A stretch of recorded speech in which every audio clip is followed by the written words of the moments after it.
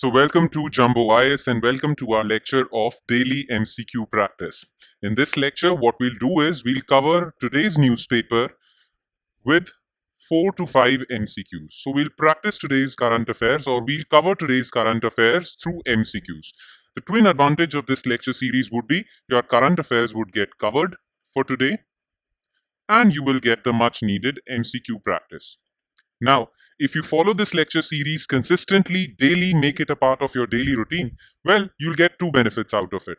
Number one, you'll be up to date with your current affairs. And number two, you would have practiced 1200 MCQs in 1 year, just before your prelims exam.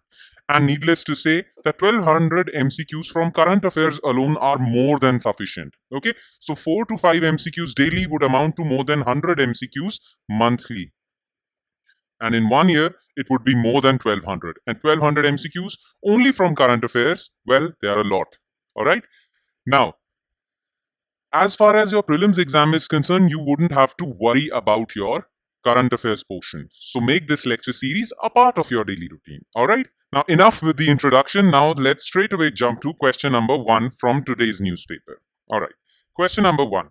Consider the following statements regarding Juvenile Justice Board. It is a statutory body that has all the powers under Criminal Procedure Code. It has both judicial and non-judicial members having a tenure of 3 years. The selection committee for JJB members is headed by a retired judge of the Supreme Court. How many of the above statements are correct? Now, Juvenile Justice Board is basically a body that tries minors. If any minor, and by minor I mean someone who is less than the age of 18 years, a child basically. So if a minor has committed any criminal offense, then he won't be tried in normal courts. He or she would be tried in juvenile courts or Juvenile Justice Board. All right? Their sentence would be definitely lesser than that of adults. Okay? Now, Juvenile Justice Board was formed by Juvenile Justice Care and Protection Act 2015. So, Juvenile Justice Board was formed by Juvenile Justice Act. Hence, it is a statutory body because statutory body means a body established by an act of parliament. And it has all the powers that a court has. A court has all the powers under Criminal Procedure Code, so it also has powers under Criminal Procedure Code. So statement 1 is absolutely correct. Now, Juvenile Justice Board basically has few members. Some members are judges and some are non-judicial members. So it has both judicial and non-judicial members. Non-judicial members are generally psychologists and sociologists, okay? Because you need to be aware of child psychology to try a child, basically. Now, each member has a tenure of 3 years. They are eligible for reappointment, but they cannot have more than 2 consecutive terms. Okay? The selection committee for JJB members is headed by a retired judge of a Supreme Court? No. Headed by a retired judge of a High Court. Statement 2 is correct, but statement 3 is false. In fact, state governments have been given the power under Juvenile Justice Act to form 1 or 2 or more than that juvenile justice boards in their state. So each state government forms juvenile justice boards in their state, and the members of Juvenile Justice Board are selected by a committee which is headed by a retired judge of the High Court. All right. So only 2 statements are correct. The correct answer would be B. Question number 2. Which of the following statements are correct regarding uncontacted tribes? There are around 100 odd uncontacted tribes around the world, mostly found in Amazon forest and Southeast Asia. Sentinelese is an uncontacted tribe found in Indian territory.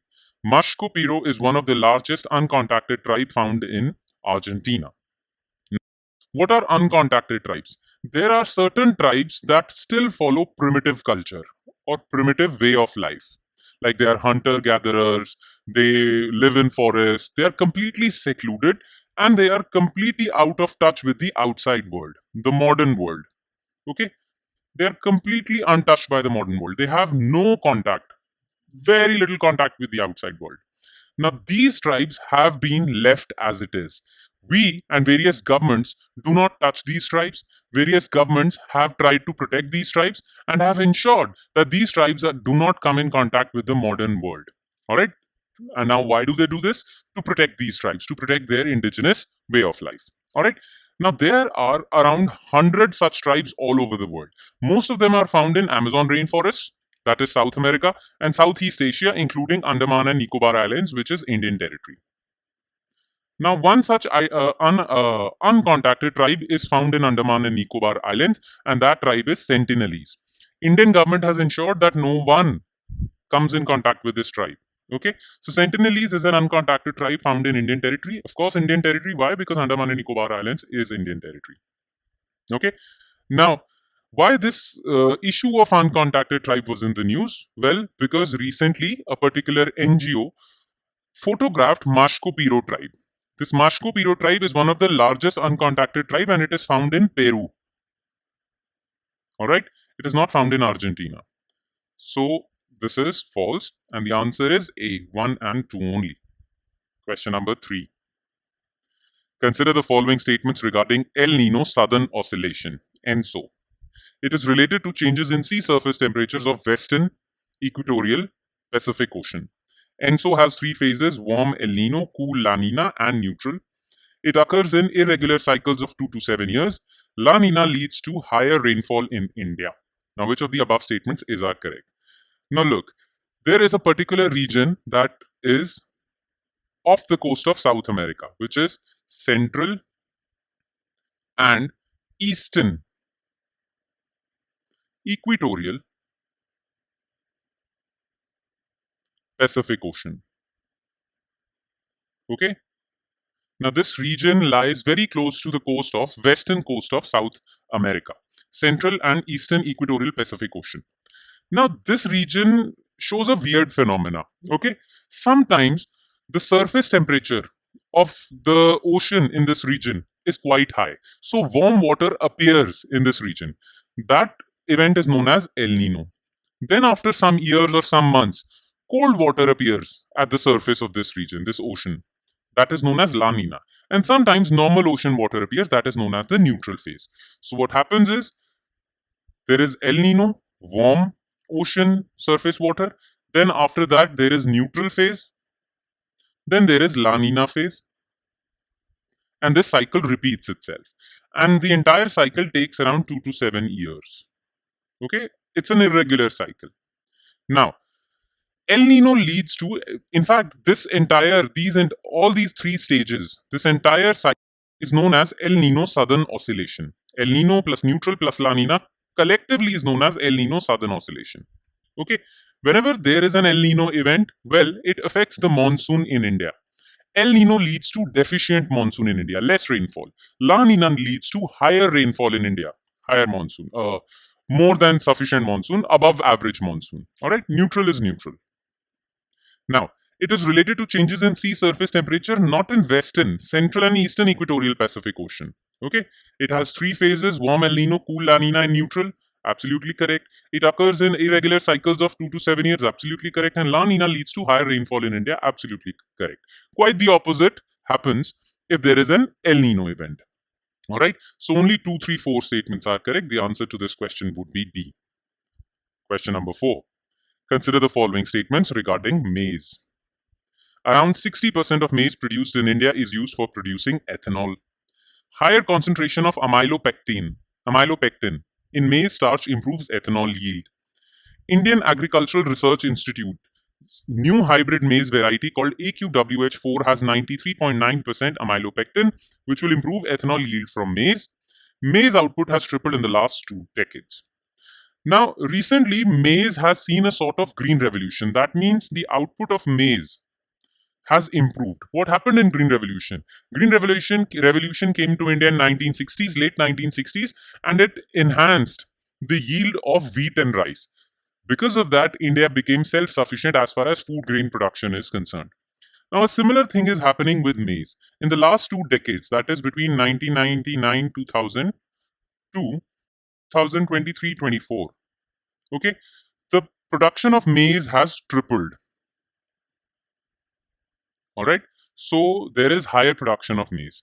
So statement 4 is correct. All right, now maize has various uses. Now maize is edible also. We include maize in our diet, but only 20% of maize is used for human consumption, that is for our dietary needs. 60% of maize is used as feed for livestock. And around 15% of maize is used for industrial purposes. Because you see, maize has a lot of starch, and starch is used in paper industry, textile industry, alcohol industry. All right, alcohol, which is ethanol, is also produced from maize. Okay, so first statement is false because 60% of maize is produced for producing ethanol. No, only 15 to 20%. Okay, higher concentration of amylopectin in maize starch improves ethanol yield. Now you have to listen to me carefully. Look, maize, 70% of maize is made up of starch, which is a form of carbohydrate. Now, starch is used in fermenting alcohol. Starch is actually fermented and alcohol is produced. So 70% of maize is starch. Now, maize starch, the starch found in maize, has two polymers. One is amylose, which is around 30%. And then there is amylopectin, which is around 70%. All right. So starch in maize is made up of these two things. Now, amylopectin is very important for fermenting alcohol. Okay. The higher the amount of amylopectin in maize starch of maize, the higher would be the chances or the higher would be the yield of ethanol produced, alcohol produced.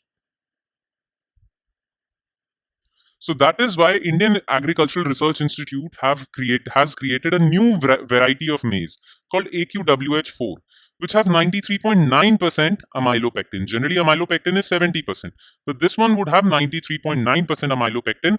This would improve ethanol yield from maize. Okay, so fourth statement was correct, third statement is correct, second statement is correct, only first statement is false. The answer to this question would be B. And with that, we conclude today's session. So I hope you enjoyed today's session, and I'm sure it has added value to your preparation, though that value would be fruitful if you watch this lecture series regularly. If you're consistent with it, regular with it, then only this lecture series would help you, would be beneficial for you. Because if you're not regular with this lecture series, then how else would you cover 1200 MCQs for your next prelims examination from current affairs alone? So make sure that you make this lecture series a part of your daily routine. And on that note, on that good note, I'll be signing off. I'll see you next time with next day's newspaper through MCQs. So stay tuned for our next lecture. Thank you, everyone.